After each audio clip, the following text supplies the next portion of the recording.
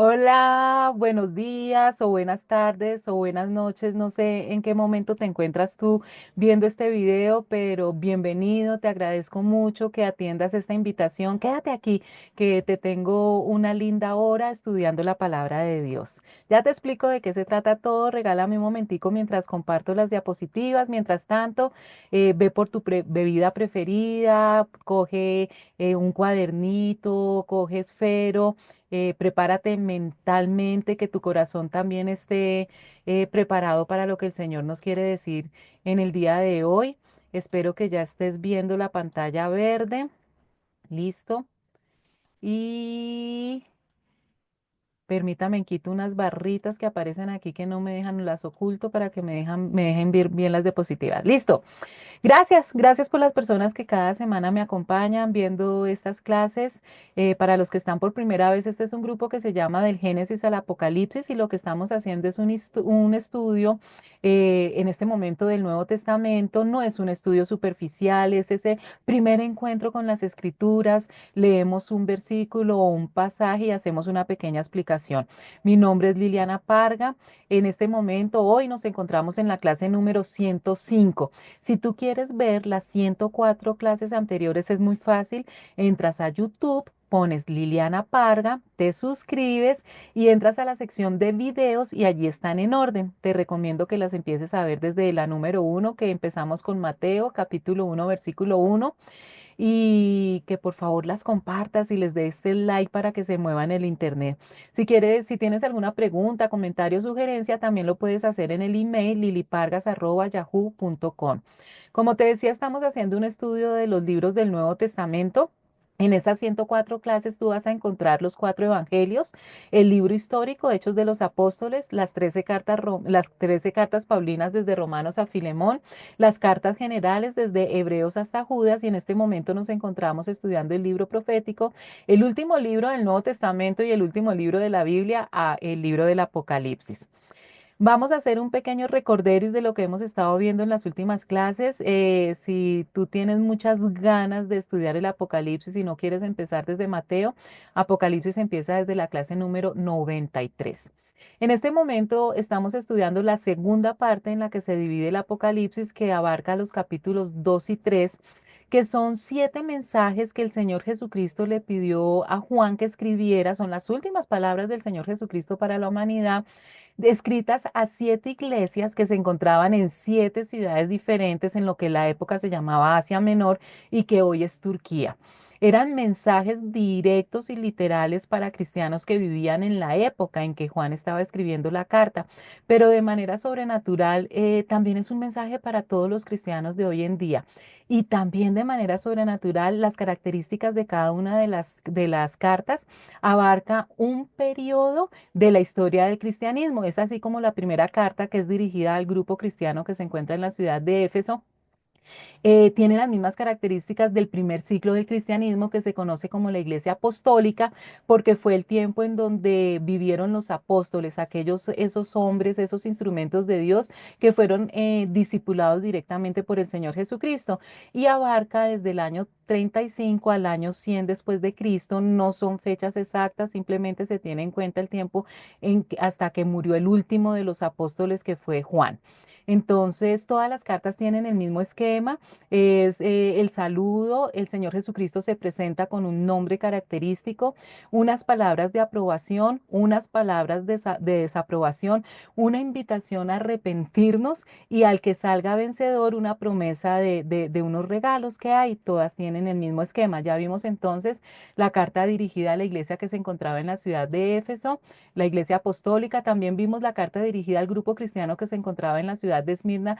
Esa época es conocida como la iglesia perseguida, que abarca más o menos desde el año 100 hasta el año 350 después de Cristo.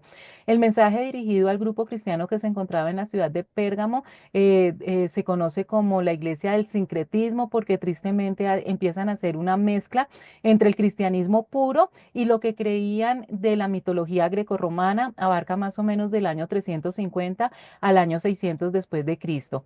El mensaje dirigido a la iglesia que se encontraba en la ciudad de Tiatira, conocida como la iglesia tolerante, inoperante porque estaban dejando que se metieran muy sutilmente doctrinas falsas desde el año 600 hasta el año 1500 después de Cristo. Y ahí hemos visto hasta la clase anterior. Entonces hoy vamos a continuar viendo las tres últimas cartas que nos faltan. Entonces, comencemos. Apocalipsis capítulo 3, versículo 1a, es decir, la primera parte del versículo. Dice, escribe al ángel de la iglesia de Sardis. Ya saben que ángel se refiere al ministro, al líder o al pastor de esa iglesia.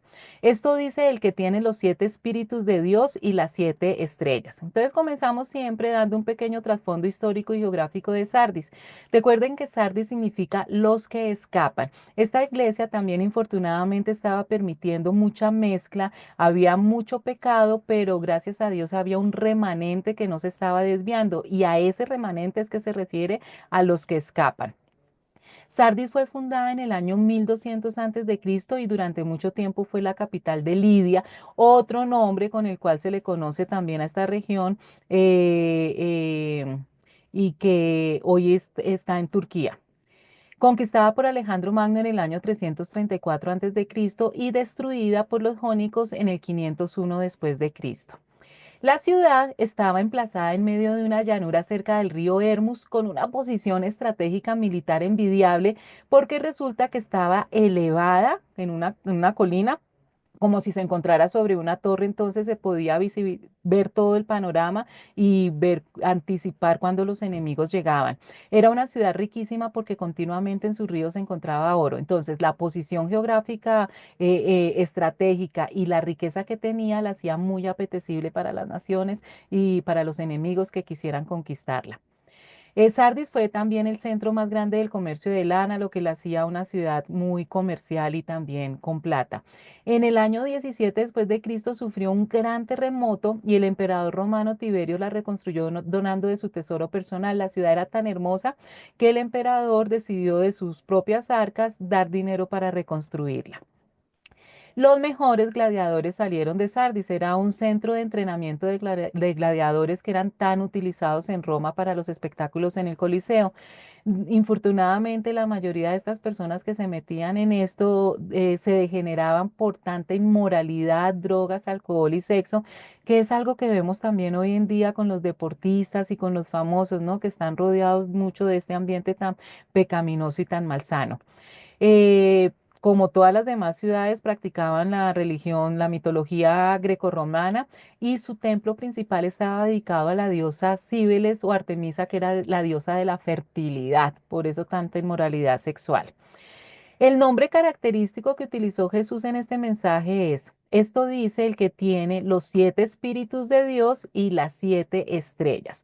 Los que ya han visto clase conmigo saben exactamente lo que se refiere 7 espíritus. Está hablando del Espíritu Santo, de la llenura del Espíritu Santo. No son 7 espíritus diferentes, sino 7 características o 7 manifestaciones que tiene el Espíritu Santo y que la persona que los practica sí se puede decir que está llena del Espíritu Santo. Y cuando se refiere a las 7 estrellas, son los ángeles o los líderes de las 7 iglesias a donde van estos mensajes. Sigamos. Capítulo 3, versículo 1, la parte B hasta el versículo 3. Conozco tus obras. Tienes fama de estar vivo, pero en realidad estás muerto. Despierta, reaviva lo que aún es rescatable, pues no he encontrado que tus obras sean completas delante de mi Dios. Así que recuerda lo que has recibido y oído, obedécelo y arrepiéntete. Si no te mantienes despierto, cuando menos lo esperes, caeré sobre ti como un ladrón. Hay muchas cosas interesantes en este pasaje, pero para poder entender a cabalidad el mensaje que Jesucristo está dando, recordemos unas cositas sobre astronomía. Para los que ya lo saben, pues recordarle y para los que no tienen ni idea de este tema para aprenderlo. Resulta que la astronomía ha descubierto distancias enormes interestelares. Estas distancias forzaron a los astrónomos a inventar una unidad de medida apropiada que se llama el año luz. Es decir, las distancias en el espacio exterior son tan grandes que las medidas que nosotros utilizamos aquí en la Tierra, los metros, los kilómetros, no alcanzan, no abarcan esas medidas tan grandes que hay en el espacio. Entonces se inventaron una nueva medida de distancia que se conoce como año luz. Para saber qué significa, les recuerdo que la luz viaja a 300.000 kilómetros por segundo. Entonces, un año luz equivale a 9,5 trillones de kilómetros. Es decir, que algo que está a un año luz de la Tierra realmente está a 9,5 trillones de kilómetros. Eso es una distancia muy, muy grande. ¿Qué es lo que pasa? Si una estrella a 30 años luz de distancia de la Tierra explotara, es decir, se extinguiera, muriera, aquí nos enteraríamos 25 años después. Es tan grande la distancia entre las estrellas y la Tierra que si a 30 años luz de la Tierra muere una estrella, la luz que la estrella emana y que llega aquí a la Tierra viviría, se vería todavía 25 años después de que la estrella hubiera explotado. Entonces, muchas de las estrellitas que nosotros vemos alumbrando en el cielo realmente ya están muertas, sino que la luz pues todavía existe. La luz que emana todavía viaja porque estamos a mucha distancia.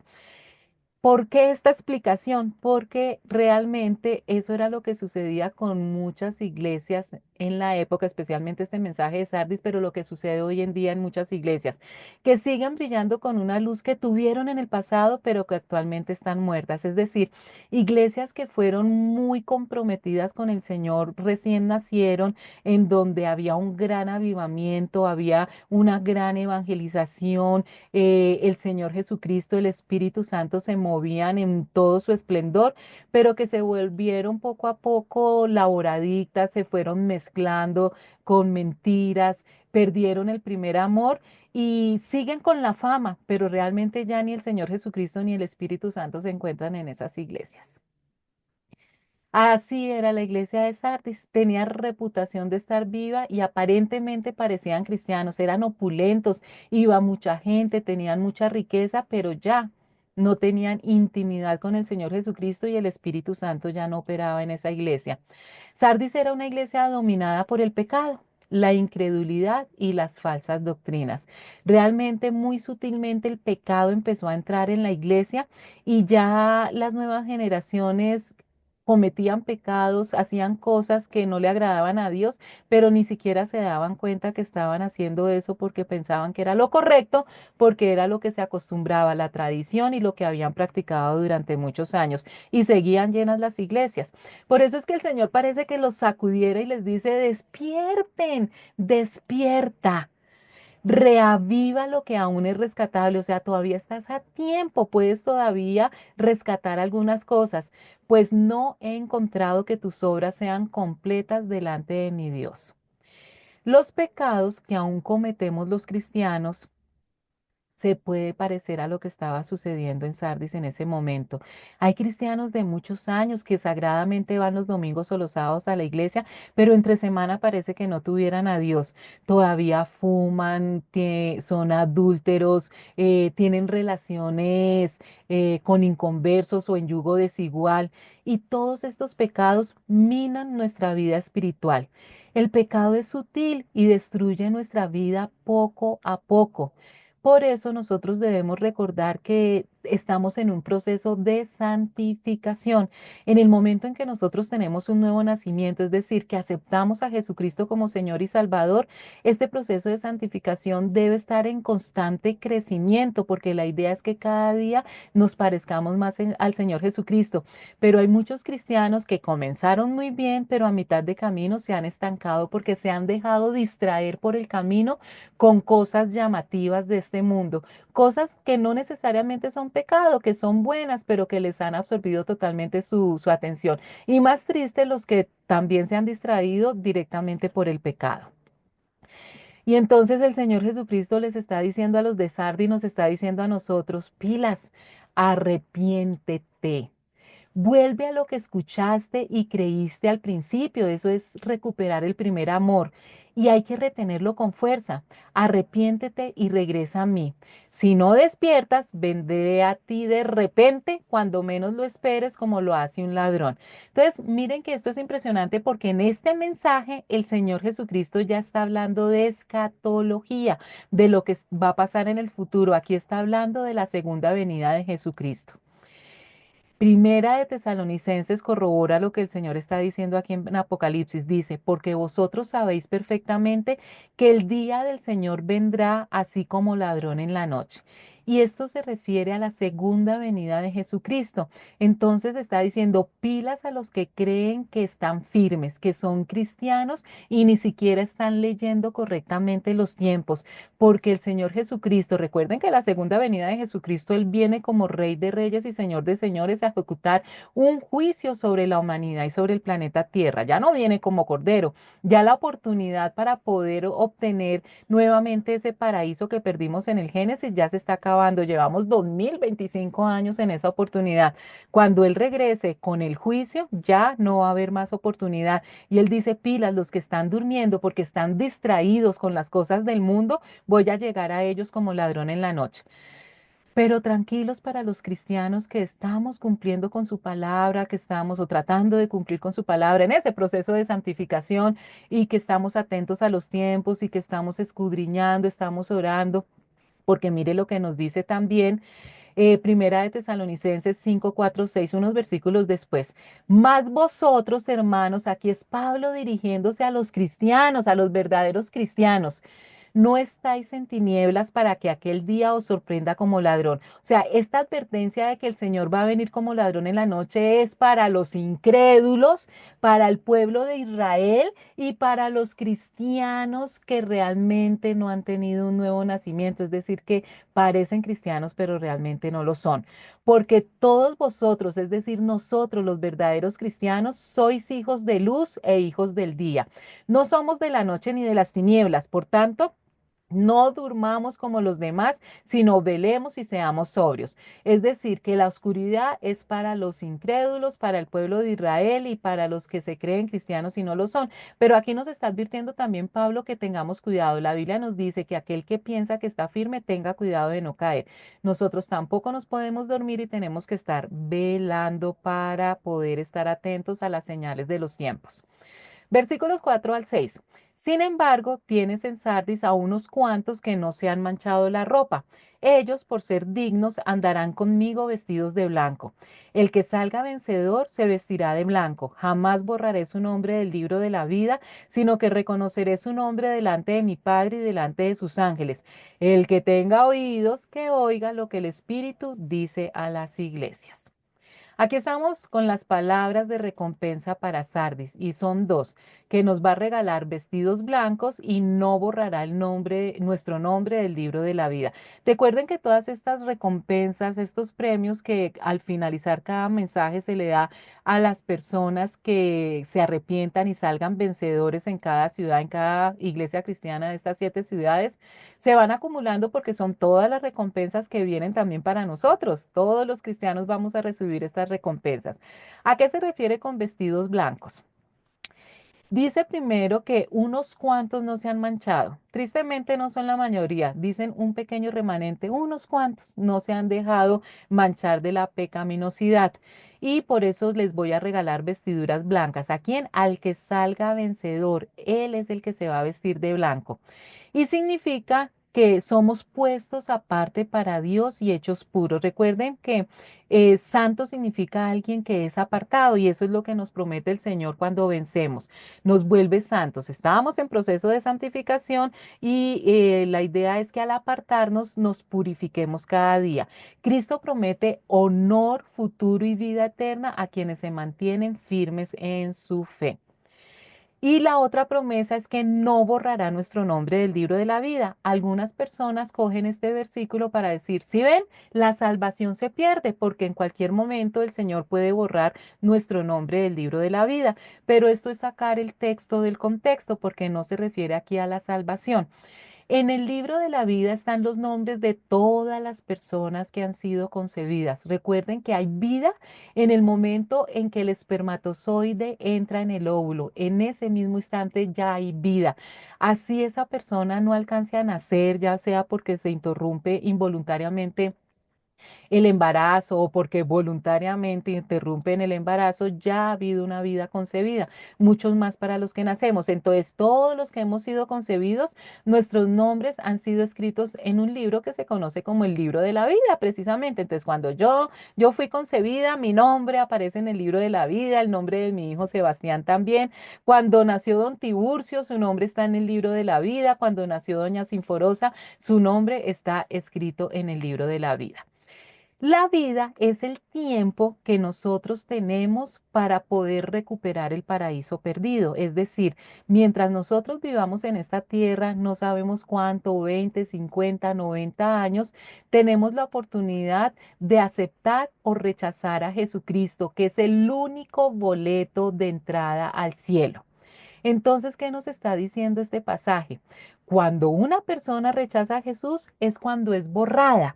Entonces, supongamos que don Tiburcio vive 50 años y el Señor le manda familiares, le manda amigos que le hablen del plan de salvación, que le hablen de Jesucristo a través de prédicas, de películas, inclusive a través de problemas, a ver si esa persona se arrodilla y le clama a Dios, le da todas esas oportunidades para que él acepte a Jesucristo como Señor y Salvador, y don Tiburcio no quiere saber nada del Señor Jesucristo y se muere. En ese momento su nombre es borrado del libro de la vida.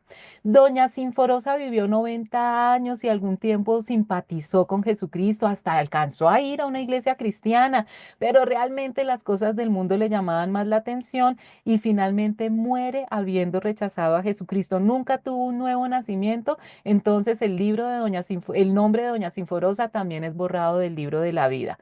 No borrará el nombre de los salvos. Liliana y Sebastián siguen sus nombres en el libro de la vida, al igual que todas las personas que han tenido verdaderamente un nuevo nacimiento. ¿Qué pasa? Al final de los tiempos, el libro de la vida se convierte en el libro del Cordero, donde está la lista de todos los salvos, porque allí solamente quedarán inscritos los nombres que verdaderamente de aquellas personas que tuvieron un nuevo nacimiento, es decir, los nombres de los salvos. Entonces, a eso se refiere. Entonces, aquí terminamos ya la explicación de este mensaje. Entonces, hemos visto el mensaje a la iglesia de Éfeso, el mensaje a la iglesia de Esmirna, el mensaje a la iglesia de Pérgamo, el mensaje a la iglesia de Teatira y el mensaje a la iglesia de Sardis, que recuerden ustedes que se conoce como los que escapan. La iglesia reformada del año 1500 al año 1700. ¿Cuáles fueron las palabras de aprobación para esta iglesia? Algunos no se han manchado la ropa. Es la época en que nació la Reforma Protestante, es decir, todo ese sincretismo, esa mezcla que se venía practicando durante muchos años, en donde ya no se sabía cuál era la verdad y cuál era la mentira. Gracias a la Reforma Protestante empezó a depurarse. Entonces, algunos que gracias al Espíritu Santo empezaron a darse en cuenta que estaban practicando cosas que no le agradaban a Dios, empezaron a tener un cristianismo puro. ¿Cuáles fueron las palabras de desaprobación de la de aquellos que no se reformaron, que tenían fama de vivo pero estaban muertos? Es decir, iglesias opulentas, iglesias grandes, pero que no tenían ni a Jesucristo ni al Espíritu Santo. Siempre las palabras de por favor arrepiéntete y la promesa que si salen vencedores se van a vestir de blanco y el Señor no borrará sus nombres del libro de la vida. Sigamos. Capítulo 3, versículo 7. Escribe al ángel de la iglesia de Filadelfia, al pastor de la iglesia en Filadelfia. Esto dice el santo, el verdadero, el que tiene la llave de David, el que abre y nadie puede cerrar, el que cierra y nadie puede abrir. El trasfondo histórico y geográfico de Filadelfia. Filadelfia significa amor fraternal. Ay, al menos el nombre ya está mucho más bonito, ¿no es cierto? Esta iglesia estaba localizada en el centro de la civilización griega, a 56 kilómetros de la iglesia de Sardis. Recuerden que todas estas ciudades estaban muy cerquita. Fue fundada Filadelfia por el rey Átalo II en el año 189 a.C. y era una ciudad famosa por sus vinos. Allí se cultivaban las mejores vides de toda Asia Menor, lo que la hacía que fuera muy visitada y también también que tuviera mucha riqueza. Pero tenía un gran problema, había continuos temblores y terremotos que obligaban a todos los ciudadanos a vivir fuera de la ciudad en chozas. Era tanto lo que temblaba que les tocaba acampar fuera de la ciudad mientras la reconstruían. En uno de esos terremotos, Tiberio la reconstruyó y por esta acción le cambiaron el nombre de Filadelfia a Neo Cesarea. También hubo otra oportunidad en la época del emperador Vespasiano que se le volvió a cambiar el nombre por el de Flavia porque Vespasiano se apellidaba Flavia. Entonces tuvo muchos nombres esta ciudad. Hoy en día, cada vez que la reconstruían, pues la corrían un poquito, pero las grandes ruinas de la original todavía se encuentran y es un sitio turístico y hoy en día se conoce como la ciudad de Alacero. ¿Cuál fue el nombre característico que utilizó Jesús? Muchos nombres. Esto dice el santo, el verdadero, el que tiene la llave de David, el que abre y nadie puede cerrar, el que cierra y nadie puede abrir. Entonces, cuando el Señor Jesucristo se presenta como el santo, que viene del griego agio, significa diferente o separado. Recuerden que el Señor Jesús se habla de él como el santo, santo, santo, y ustedes ya conocen el significado de que se diga 3 veces santo, santo, santo. ¿Listo? Entonces, alguien apartado totalmente diferente al resto de la humanidad. Aunque el Señor Jesucristo llegó al mundo y vivió 100% como un ser humano, era alguien diferente al resto de los seres humanos. Hebreos 7:26 dice, tal sumo sacerdote nos convenía, santo, inocente, sin mancha, apartado de los pecadores y hecho más sublime que los cielos. Por eso es que Él pudo pagar con su sacrificio para que nosotros recuperáramos el paraíso perdido. El otro nombre que utiliza Jesús aquí es el verdadero, del griego aletinos, que significa auténtico, genuino, el original. El mismo Jesús se identificó como el que Él es la verdad, ¿no es cierto? Cuando decía yo soy el camino, la verdad y la vida. Y el otro título que utiliza aquí Jesús es el que tiene la llave de David. Recordemos lo que dice Isaías 22:22 hablando del Mesías. Sobre sus hombros pondré la llave de la casa de David. Lo que él abra, nadie podrá cerrarlo. Lo que él cierre, nadie podrá abrirlo. Estas mismas palabras de dar las llaves se las dijo a Pedro cuando Pedro reconoció que Jesucristo era el Hijo de Dios. Quiero que les quede a ustedes muy claro, no es que Pedro tuviera algo especial y él era ahora el encargado de tener las llaves para abrir algo, no. Lo que él dijo, lo que él manifestó, esa gran verdad de reconocer que Jesucristo era el Hijo de Dios, era lo que iba a abrir las puertas a qué, las llaves de qué, del reino de Dios. Es decir, que desde ese momento estaban las puertas abiertas para la gran evangelización, para la gran comisión, para dar a conocer el plan de salvación a todo el mundo y que la gente tuviera, todo el mundo sin excepción, tuviera acceso al reino de Dios. Es a esa expresión, a esa verdad que dijo Pedro, lo que abrió esas puertas para el reino de Dios. La llave de David representa la autoridad de Cristo para abrir la puerta hacia su reino futuro. Después que se ha abierto, nadie la puede cerrar porque lo que abrió las puertas al reino de Dios fue el sacrificio de Jesucristo, el que Él haya muerto en la cruz y que haya resucitado. Está asegurada la salvación. Una vez que se cierra, nadie la puede abrir. El juicio es seguro. Es decir, que cuando se cierra esa puerta, cuando nos morimos. Permanece abierto mientras estemos vivos, pero esa puerta se cierra cuando nos morimos y ya el juicio, según lo que tú has hecho, si aceptaste o rechazaste a Jesucristo, pues el juicio es seguro. Sigamos. Capítulo 3, versículo 8. Conozco tus obras. Mira que delante de ti he dejado abierta una puerta que nadie puede cerrar. Ya sé que tus fuerzas son pocas, pero has obedecido mi palabra y no has renegado de mi nombre. Me encanta cuando el Señor dice, yo te conozco desde antes de que nacieras. Estas son las palabras de aprobación para Filadelfia. Conozco del griego eido que significa percibir con la vista, pero el Señor se acuerdan que tiene ojos de fuego porque Él no solamente ve el exterior, sino que ve nuestro interior. Él nos conoce íntimamente, nos conoce mejor que nosotros mismos.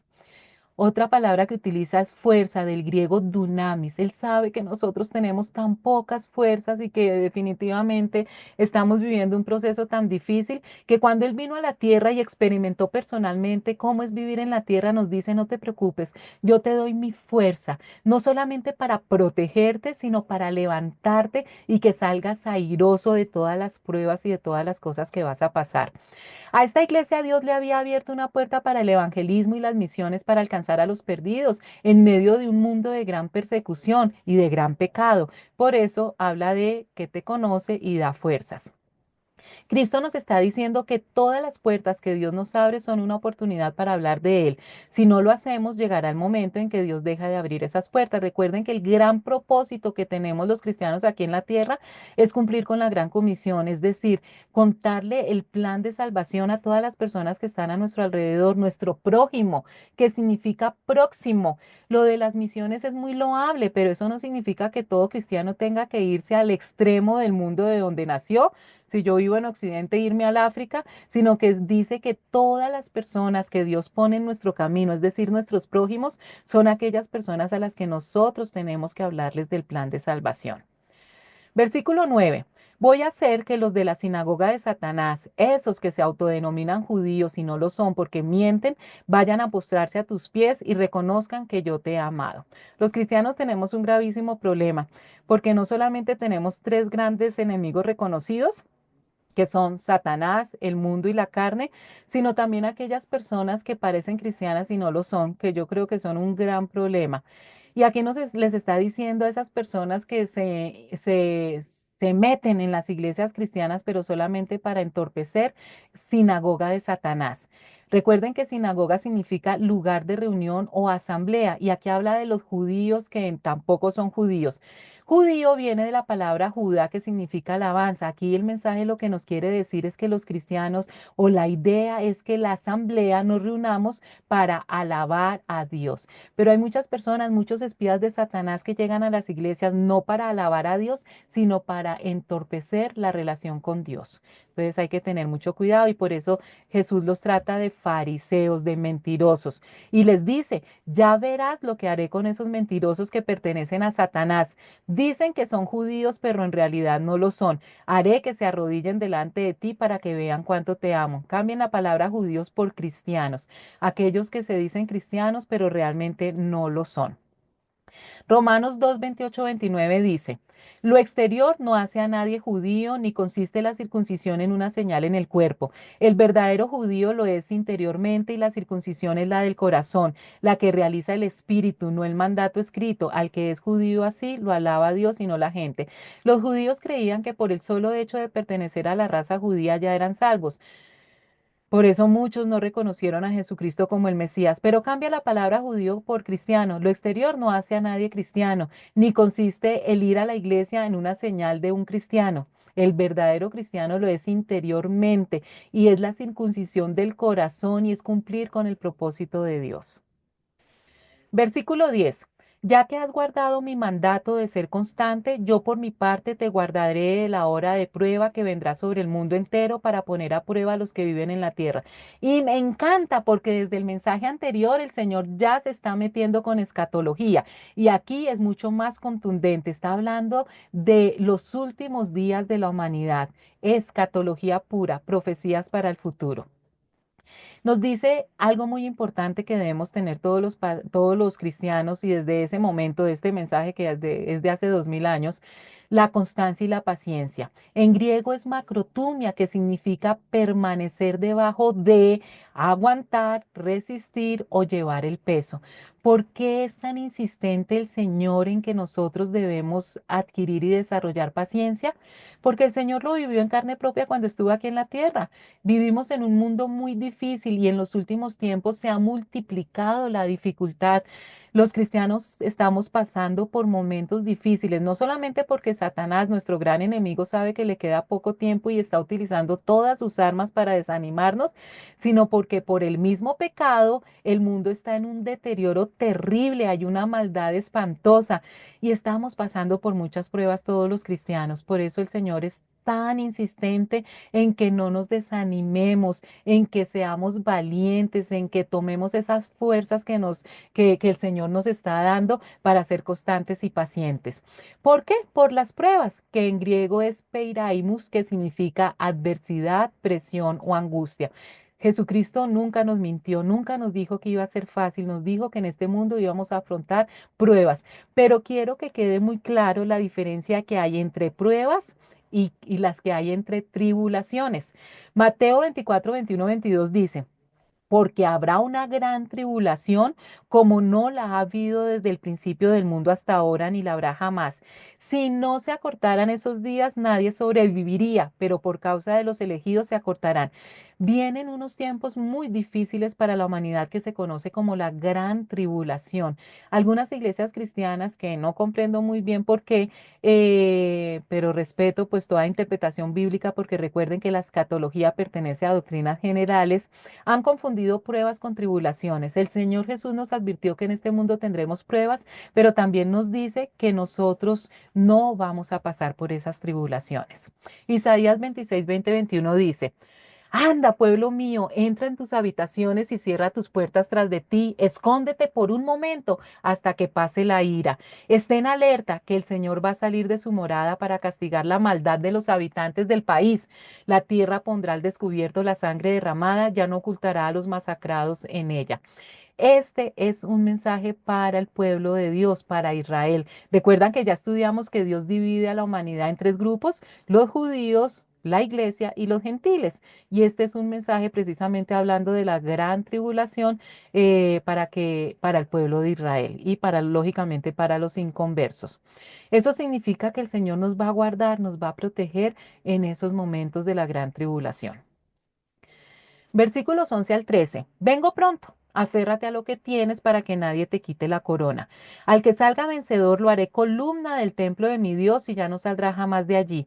Sobre él escribiré el nombre de mi Dios y el nombre de la nueva Jerusalén, ciudad de mi Dios, la que baja del cielo de parte de mi Dios. También grabaré sobre él mi nombre nuevo. El que tenga oídos que oiga lo que el Espíritu dice a las iglesias. Cristo viene muy pronto. Estaba cerca hace 2000 años, hoy está 2025 años más cerca. Y por eso el Señor Jesucristo, aunque le está hablando directamente a los habitantes de la época de Juan, es un mensaje para nosotros también. Y nos dice, por favor, como vengo pronto, aférrate a lo que tienes para que nadie te quite la corona.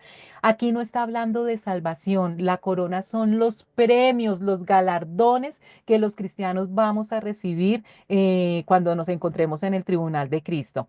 ¿Qué se debe entonces retener hasta el fin? Pues precisamente el tema que el Señor le encanta que nosotros recordemos, la paciencia. Al final todas las cosas van a salir bien. Si las cosas no están bien, es porque todavía no ha llegado el final. Ya saben ustedes que es una de mis frases favoritas. Las palabras de recompensa para Filadelfia, para los que se arrepientan y salgan vencedores. Primero, volvernos columnas del templo de Dios y segundo, la vida eterna en la Nueva Jerusalén. La Nueva Jerusalén es la residencia futura del pueblo de Dios. Tendremos una nueva ciudadanía en el reino de Dios. Todo será pleno, puro y seguro. Recuerden que nuestra ciudadanía no es de esta tierra. Nosotros somos extranjeros, nosotros estamos de paso por este planeta Tierra. Por eso es que el Señor nos dice que no nos aferremos, que no nos apeguemos a las cosas de la tierra, que son perecederas, que son temporales, que hagamos tesoros eternos, que estemos nuestra mirada puesta en aquellas cosas que van a durar para siempre y no en las que se van a acabar después de que se termine esta dispensación, para poder disfrutar de esa vida plena que Dios nos había prometido antes del pecado. Entonces, repasemos nuevamente. Estamos entonces en Sardis, que vimos hace un momento, y acabamos de terminar Filadelfia, que significa amor fraternal. Esta es la iglesia conocida como la del avivamiento, en donde hay un celo por predicar la palabra de Dios, y ese gran avivamiento se vio más o menos entre los años 1700 y 1900 después de Cristo. Las palabras de aprobación fue por ser obedientes y por no haber renegado a pesar de tantos problemas y ser constantes. Pero, como siempre, unas palabras de desaprobación. ¡Ay, no! ¡Miren! Esta es otra iglesia que tampoco tiene palabras de desaprobación, al igual que la iglesia de Esmirna. ¿Cuál es la promesa? Volvernos columnas del templo de Dios, es decir, estar trabajando hombro a hombro con Dios con Jesucristo en el reino de Dios y la vida eterna en la Nueva Jerusalén. Sigamos, ya para la última iglesia, el último mensaje. Versículo 14. Escribe al ángel de la iglesia de la Odisea. Esto dice el Amén, el testigo fiel y verdadero, el soberano de la creación de Dios. Nuestro trasfondo histórico y geográfico de la Odisea. No se confundan con la y aparte Odisea con S, que es la obra de Homero. Acá es el nombre de una ciudad que era el nombre de la esposa del emperador, que se le puso por eso el nombre a la ciudad. Y significa la voluntad del pueblo. Aquí está hablando como de democracia. Recuerden que con Dios funciona la teocracia, es decir, Dios es el soberano y nosotros somos sus siervos. La democracia no funciona en el reino de Dios. La Odisea era la ciudad más opulenta de las 7 que había en Asia. Hemos visto ciudades con gran riqueza, ¿no es cierto? Gran comercio, muchas personas, pero la más era la Odisea. Se le conocía por su banca industrial, por la manufactura de lana, por la escuela de medicina que producía un medicamento para los ojos. Entonces tenía grandes industrias, entre ellas la manufactura de lana, y fuera de eso tenía una universidad de medicina y ellos se inventaron un ungüento, un medicamento para los ojos que fue famosísimo. Por eso el Señor utiliza, ya se van a dar cuenta, estas características de la ciudad también para hacerle advertencias a los cristianos que están allí. Otra cosa importante es que este último mensaje entonces corresponde al último periodo de la historia del cristianismo, es decir, lo que estamos viviendo nosotros. Todas las palabras que van dirigidas para la Odisea son dirigidas para nosotros en esta época. La ciudad, aunque tenía tanta riqueza y tanto confort y tanta belleza, siempre tuvo un gran problema con el suministro de agua.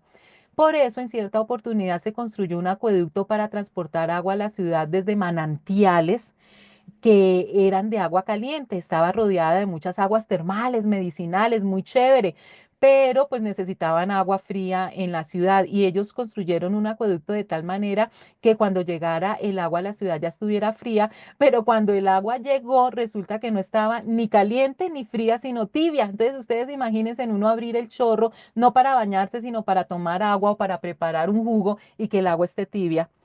La iglesia había llegado a ser tan insípida como el agua tibia que llegaba a la ciudad. Entonces, estas características de la ciudad perfecta para lo que era el ambiente espiritual de la iglesia en la Odisea y que infortunadamente es el ambiente espiritual de gran parte de la iglesia cristiana hoy en día. ¿Cuál fue el nombre que utilizó el Señor Jesucristo para este mensaje? Varios nombres. Esto dice el Amén, el testigo fiel y verdadero y el soberano de la creación de Dios. Cuando dice amén, es una palabra que repetimos mucho en el mundo cristiano protestante. Segunda de Corintios 1:20 dice, todas las promesas que ha hecho Dios son sí en Cristo, así que por medio de Cristo respondemos a amén para la gloria de Dios. Amén significa que uno está de acuerdo con lo que la persona dice o que uno dice sí a lo que la persona dice porque quiere que se vuelva una realidad en la vida de uno. Por eso hay que tener mucho cuidado cuando uno dice amén en la iglesia, porque muchas veces las personas lo cogen simplemente como una muletilla sin darse cuenta lo que el ministro está diciendo y a veces dice cosas que uno no quiere que le pasen a uno o cosas incorrectas y uno dice amén y eso significa que uno está de acuerdo con eso. No, tengan cuidado. Pero Jesucristo sí es el amén, porque en Jesucristo se cumplieron el sí rotundo, porque en Jesucristo se cumplieron todas las promesas que Dios le había hecho a la humanidad. El otro título es el testigo fiel y verdadero. En el judaísmo, para ser testigos se exigían dos condiciones. Primero, haber visto con sus propios ojos lo que estaba testificando y decir la verdad de lo que vio. La justicia, pues supuestamente, también tiene en cuenta estas dos características. ¿Por qué Jesucristo sí era el testigo fiel y verdadero? Porque él precisamente vino hasta el planeta Tierra para él ver con sus propios ojos cómo se vivía aquí. Él testificó personalmente que era vivir en la tierra 100% como ser humano y dice la verdad de todo lo que vio, lo que vivió, lo que pasado, el presente y el futuro. Y el último nombre utilizado por Jesús, el soberano de la creación. Juan 1:3 dice, por medio de él, es decir, de Jesucristo, todas las cosas fueron creadas. Sin él, nada de lo creado llegó a existir. Jesús es Dios y estaba desde el principio, por toda la eternidad en la creación. Por eso nosotros leemos un versículo en Génesis que dice, hagamos al ser humano a nuestra imagen y semejanza, y es un versículo que nos habla de la Trinidad. Hebreos 1:2 dice, en estos días finales nos ha hablado por medio de su Hijo. A este lo designó heredero de todo y por medio de él hizo el universo. En el Antiguo Testamento, Dios le hablaba a los seres humanos a través de profetas, a través de grandes milagros, de señales, de la Tanakh, del libro sagrado de los judíos, pero nos dice que en los últimos tiempos necesitamos únicamente al Señor Jesucristo. Dios nos habla a través de Jesucristo, por eso la importancia de tener una relación íntima con Él y conocerlo perfectamente. Versículos 15 al 16. Conozco tus obras, sé que no eres ni frío ni caliente. Ojalá fueras lo uno o lo otro. Por tanto, como no eres ni frío ni caliente, sino tibio, estoy por vomitarte de mi boca. Y son las palabras más duras de todos los mensajes de Jesucristo. Vomitar significa arrojar algo que está descompuesto. Y es tan terrible esa tibieza espiritual que Dios prefiere que una persona sea totalmente atea, totalmente indiferente a las cosas de Dios, que se crea un buen cristiano y no practique lo que dice creer. Aquellas personas que dicen no creer en Dios son más fáciles de evangelizar que aquellas religiosas que viven metidas en la iglesia pero no practican lo que predican. Y por eso es que el Señor detesta, le causa repulsión al Señor los tibios. El agua tibia es desagradable. La iglesia de la Odisea se había vuelto tibia y por lo tanto era desagradable y repugnante. Los creyentes no adoptaban una posición firme, la indiferencia los había conducido a la oscuridad, a la sociedad, y eso es lo que, y a la oscuridad también, y eso es lo que pasa hoy en día también. ¿No han oído ustedes personas que dicen, yo me voy al cielo porque yo no le he hecho mal a nadie? Pero tampoco le ha hecho bien a nadie. Y recuerden que la omisión también es un pecado. Ser indiferente a las cosas de Dios, así te creas buena persona, no te va a salvar. Al dejar de hacer algo por Cristo, la iglesia se había endurecido y estaba satisfecha de sí misma, estaba destruyéndose. No hay nada más peligroso que una persona piense que va por el buen camino cuando va derecho al abismo, al infierno. Por eso dice el dicho, no hay peor ciego que aquel que no quiere ver.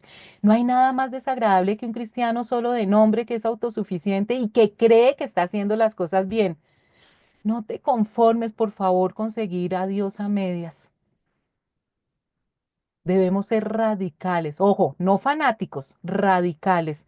Y debemos tener una vida cristiana firme, firme. Y que cuando las personas vean, noten desde nuestra mirada, nuestros gestos y nuestras palabras que somos embajadores de Cristo. Permite que Cristo avive tu fe y ponla en acción. Versículos 17 18. Y chicos, no los estoy regañando porque cuando yo hago estas clases, la primera que estoy en la lista soy yo. Sigo aprendiendo, sigo pidiéndole perdón a Dios, arrepintiéndome y tratando con todas mis fuerzas y las fuerzas del Espíritu Santo de seguir el proceso de santificación. Dices, soy rico, me he enriquecido y no me hace falta nada, pero no te das cuenta de cuán infeliz y miserable, pobre, ciego y desnudo eres tú. Por eso te aconsejo que de mí compres oro refinado por el fuego para que te hagas rico, ropas blancas para que te vistas y cubras tu vergonzosa desnudez. Además, colirio para que te lo pongas en los ojos y recobres la vista. Mira estas palabras, estos insultos, porque definitivamente cuando a mí me dicen que soy un infeliz, miserable, pobre, ciego y desnudo, pues no puedo decir que me están diciendo cualidades, ¿no es cierto? Algunos creyentes suponían que es lo que pasa hoy en día también, muy equivocadamente, que la abundancia de bienes materiales era indicio de la bendición espiritual de Dios. ¿Han oído de las iglesias de la teología de la prosperidad que enseñan que si tú eres un cristiano fiel, tienes derecho a casa, carro y beca, que ningún cristiano tiene por qué enfermarse, ningún cristiano tiene por qué ser pobre y que eso simplemente es por causa del pecado y por falta de fe? Pero eso no es lo que nos enseña la palabra de Dios.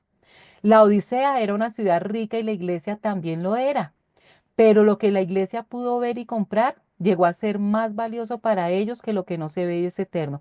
Poner toda nuestra esperanza en la plata que tenemos en un banco, en las cosas materiales, en la fama, en la fortuna, es arar en la arena, porque todo eso se puede perder en un segundo y todo eso al final no va a existir más. Tenemos que poner nuestros ojos en el lugar correcto, en lo que va a durar para siempre, en lo que no se ve, eso es lo que es eterno. iglesias. Nunca ha habido una época donde la iglesia cristiana tuviera tanta comodidad, sobre todo aquí en Occidente, donde tenemos templos con todas las comodidades, hay gran riqueza, facilidad para tener acceso a la palabra de Dios, para reunirnos. Tenemos salones hermosos con pantallas gigantes, instrumentos, todas las comodidades, aire acondicionado y es la época en que las iglesias están más vacías. Nosotros no nos tenemos que reunir en catatumbas y compartir una hojita rota de un libro sagrado de la Biblia para poderlo estudiar. Y sin embargo, las iglesias cada día más vacías. La riqueza, el lujo y la comodidad pueden convertir a las personas en confiadas y satisfechas de sí mismo. Pero por mucho que usted tenga, no tiene nada si no posee una relación vital con Cristo. Por eso Jesús enseñaba que era más fácil que, que un camello pasara por el ojo de la aguja que un rico entrara en el cielo, porque se confían en eso y piensan que no necesitan a Dios. ¿De qué forma influye su nivel económico actual en su vida espiritual? En vez de concentrarse en la comodidad y el lujo, busque su verdadera riqueza en Cristo. ¿Cuáles fueron las palabras de desaprobación para la Odisea? Permítame un segundo que se me bloqueó aquí una cosa. Dices, soy rico, me he enriquecido y no me hace falta nada, pero no te das cuenta de cuán infeliz y miserable, pobre, ciego y desnudo eres tú. A los de la Odisea se les conocía por su gran riqueza, pero Cristo les dijo que debían comprar oro de Él, del Señor Jesucristo, que es el verdadero tesoro espiritual. La ciudad estaba orgullosa de su ropa, de su industria, de la tintorería, pero Cristo les dijo que debían comprar vestiduras blancas de Jesús, de Él, es decir, de su justicia. La Odisea se enorgullecía de su ungüento. ¿Se acuerdan que tenían una universidad, una facultad de medicina que descubrieron un ungüento para los ojos, un colirio? De ese ungüento precioso para los ojos que curaban muchos problemas de la vista, pero Cristo les dijo que compraran medicina de Él para curar sus ojos a fin de que vieran la verdad. No hay nada peor que la ceguera espiritual. Cristo les estaba mostrando a los de la Odisea que los verdaderos valores no radican en los bienes materiales, sino en una buena relación con Dios. Sus posesiones y logros no tenían valor comparados con el futuro eterno del reino de Cristo. Y esa es una de las herramientas que más le ha servido a Satanás. Distraer a la gente con riquezas materiales, con fama y con fortuna, para que no volteen a mirar a Dios. Versículos 19-20. Yo reprendo y disciplino a todos los que amo, por lo tanto, sé fervoroso y arrepiéntete. Mira que estoy a la puerta y llamo. Si alguno oye mi voz y abre la puerta, entraré, cenaré con él y él conmigo. Dios castigará a esta iglesia tibia a menos que se aparte de su indiferencia y se vuelva a Él. Pues ese es el llamado. Por favor, deja esa indiferencia, deja de ser tan tibio. Su propósito al disciplinar no es castigar, sino atraer a la gente hacia Él. Él no disciplina por malo, sino porque nos ama. ¿Cómo estás tú? ¿Eres tibio en tu devoción a Dios? ¿Cuánto tiempo estás orando cada día? ¿Cuánto tiempo estás estudiando la Biblia? ¿Cada cuánto te congregas? ¿Cada cuánto compartes el plan de salvación? Tal vez Dios nos discipline para ayudarnos a salir de nuestra indiferencia, pero lo hace porque nos ama. Tú puedes evitar la disciplina de Dios buscándole una vez más mediante la confesión, o sea, arrepintiéndote, la oración, la adoración y el estudio de la palabra. Así como la chispa de amor puede volver a encenderse en el matrimonio, de igual modo el Espíritu Santo puede reavivar nuestro fervor por Dios cuando le permitimos obrar en nuestro corazón. No es tarde, no es tarde, todavía podemos hacer algo para llegar a ese primer amor nuevamente. La iglesia de la Odisea era rica y se sentía satisfecha de sí misma, pero no contaba con la presencia de Cristo. Él estaba llamando a la puerta del corazón de los creyentes, pero ellos estaban tan ocupados disfrutando de los placeres mundanos que ni se daban cuenta de que Jesús intentaba entrar. Y este es uno de los versículos más conocidos, el versículo 20, cuando los artistas han plasmado mucho en en muchas obras, en muchas pinturas donde muestran a Jesús tocando una puerta. Los placeres de este mundo, el dinero, la seguridad, los bienes materiales pueden ser peligrosos porque su satisfacción temporal nos puede volver indiferentes al ofrecimiento de Dios de darnos satisfacción eterna. El autor original de esta obra pintó la puerta sin un picaporte y alguien le dijo, maestro, usted cometió un error, la puerta no se puede abrir, no tiene picaporte. Y el maestro le dijo, no, lo hice a propósito porque esta es una puerta que solamente se puede abrir desde adentro, porque la puerta es nuestro corazón y Jesús es un caballero, él nunca va a entrar si nosotros no lo invitamos. Versículos 21-22. Al que salga vencedor le daré el derecho de sentarse conmigo en mi trono, como también yo vencí y me senté con mi Padre en su trono. El que tenga oídos, que oiga lo que el Espíritu dice a las iglesias. Estas son las palabras de recompensa para la Odisea y para nosotros, sentarnos con Jesús en su trono. Al final de cada carta a todas estas iglesias se exhorta a los creyentes a que escuchen y tomen en serio lo que se les había escrito. Por eso siempre terminan el que tenga oídos para oír que oiga. Aunque el mensaje dirigido a cada iglesia es diferente, contiene advertencias y principios para todos, tanto para los de esa época como para nosotros. Se nos presenta una imagen poderosa de lo que significa ser un seguidor de Cristo. No es un camino fácil, pero la recompensa es inmensa. La promesa de compartir en el trono de Cristo, de reinar con Él y de disfrutar de una relación íntima con Él es la más grande de las recompensas. Entre más grande es el premio, más difícil es llegar a Él. Y terminamos, chicos. Entonces, vimos hoy la iglesia de Sardis, la iglesia de Filadelfia y la iglesia de la Odisea. Y miren esto tan hermoso. Recuerden que significa juicio del pueblo, la iglesia acomodada que tiene todos los lujos. Y miren, va desde el año 1900 hasta el rapto de la iglesia. Y es la única iglesia, el único mensaje que no tiene ninguna palabra de aprobación. ¡Ah! Tristísimo, ¿no es cierto? En esta época. Muchos cristianos parece que estamos haciendo las cosas mal y es el momento de arrepentirnos, de despertarnos y de hacer las cosas bien, porque el Señor no está nada contento. ¿Por qué? Por la tibieza. Pero aquel que se arrepiente y salga vencedor, la promesa de sentarnos con el Padre en su trono. Y aquí dejamos entonces, ya terminamos los 7 mensajes, terminamos entonces capítulo 2 y capítulo 3 del Apocalipsis.